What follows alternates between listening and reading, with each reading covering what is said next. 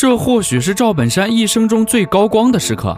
我们都要理解，因为有一批专门批评别人的人，因为不批评就没饭吃，这是要理解的。2010年，在一场聚集了众多文艺界专家学者研讨会上，传媒大学教授曾庆瑞当众批评乡村爱情视为现实主义。赵本山听完后就笑了，他撇撇嘴说道：“不如您写一剧本自己拍一个，收视率比我高，我当众给您跪下。”他这一举动瞬间把自己推上了风口浪尖。赵本山能从一介草根成为商业大亨，经历的风风雨雨是普通人难以想象的。在大众眼中，他可能只是一个小品演员，其实他坐拥影视、广告、文化和办学等一体化的本山传媒资本帝国。他一手培养起来的赵家班可以说占据了喜剧界的半壁江山，而那句一过山海关就找赵本山可不是说说而已。一过山海关就找赵本山。早在2000年，刘德华在东北被人欺负，打电话向向华强求救，可香港大佬向华强在东北根本不管用。最后华仔托任达华找到了赵本山，本山大叔只是通了个电话，3言2语就把事儿给摆平了。更让人想不到的是，欺负刘德华的那个人，连同他所在的黑恶势力，在数月之后被连根拔起。赵本山之所以能有今天的势力，和他早期的经历有很大的关系。他的命运像极了小说中低开高走的大男主人设，年少时期充满了坎坷。赵本山小时候家里非常穷，穷不可怕，可怕的是他6岁就没了妈，父亲为了能吃一口饱饭，也远走他乡，只留下他和他眼盲的二叔相依为命。所幸他二叔有一个拉二胡的手艺，可以带着他去演出，勉强吃饱饭。慢慢的，赵本山跟瞎子二叔就练就了3样绝活：二胡、装瞎、扮老太太。尤其是装瞎，赵本山模仿的惟妙惟肖，出神入化，十里八村的人都爱看。后来赵本山到大城市铁岭去表演，居然也引起了轰动。赵本山在艰苦的生活中看到了一丝光亮，那时的他只想着摆脱种地，靠着唱曲吃上一口饱饭。1982年，赵本山搭上了计划生育的顺风车，铁岭市艺术馆找到了当时小有名气的赵本山，让他写了一个推行计划生育的剧本。就这样，衰三弦应运而生，而赵本山乘着这股东风扶摇直上，凭借着以假乱真的表演一炮而红。很快，东北文艺圈就传开了，铁岭出了个赵本山，号称东北第一虾。赵本山的舞台从乡、县、市、省到1990年登上央视春晚，走了16年。1990年，在姜昆的推荐下，赵本山在春晚上表演了自己第一个小品《相亲》，这支小品让他直接拿下了春晚喜剧类节目第1名的好成绩。此后，赵本山便一发不可收拾。赵本山当年到底有多火？春晚应该是我国最盛大的晚会，而有一个人曾是我们对春晚最大的期盼。你看咱们春晚呢进行到这个时候，你觉得大家最期待谁表演？接下来呀，问问大家伙呀，想看谁呀？想看谁啊？赵本山。在春晚还有赵本山的时候，农村普遍有一个现象：30晚上如果不看赵本山的小品，就不会去睡觉。而现在，让你说出几个春晚小品的名字，你脱口而出的多半会有本山大叔的节目。说到这里，很多朋友可能会嗤之以鼻，他的小品真的那么受欢迎吗？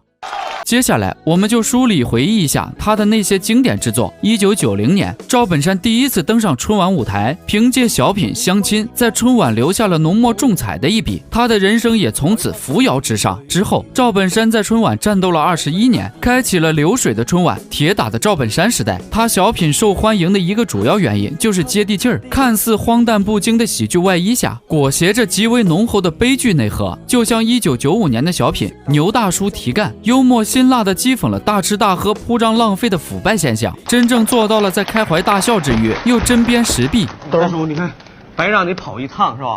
别说那没用。大叔，你拿这玩意儿干啥呀？拿它干啥？我回去有个解释啊。啥解释？我在这玻璃没办成，搁这学会扯淡了。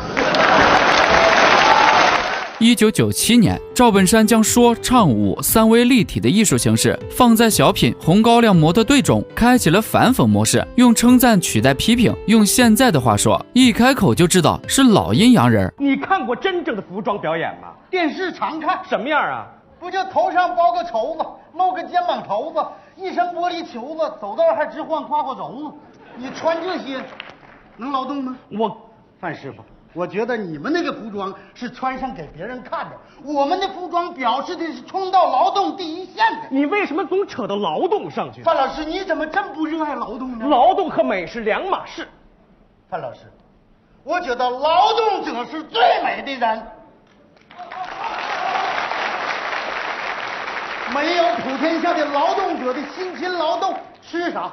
没有普通者的劳动，穿啥？吃穿都没了，你还臭美啥？行，咱抓紧时间。之后的白云黑土系列、送水工、钟点工等作品，则讲述农民进城的故事。2001年到2005年，赵本山和范伟、高秀敏的铁三角组合火遍全国，他们合作的卖拐三部曲更是经典中的经典，不仅开创了春晚系列小品的潮流，同时也标志着赵本山的个人形象开始固定。那一身蓝色中山，可惜从2005年高秀敏老师去世后，范伟由于压力过大退出了春晚舞台，铁三角自动解散。2006年，白云黑土组合重出江湖，接连合作了说事儿、策划、火炬手。一位姓齐的网友说呀，他刚刚喜得贵子，想让大妈和大叔在现场给他的孩子起个非常好听的名字，齐德龙，文雅但不够响亮；齐东强，响亮但不够文雅；齐德龙东强。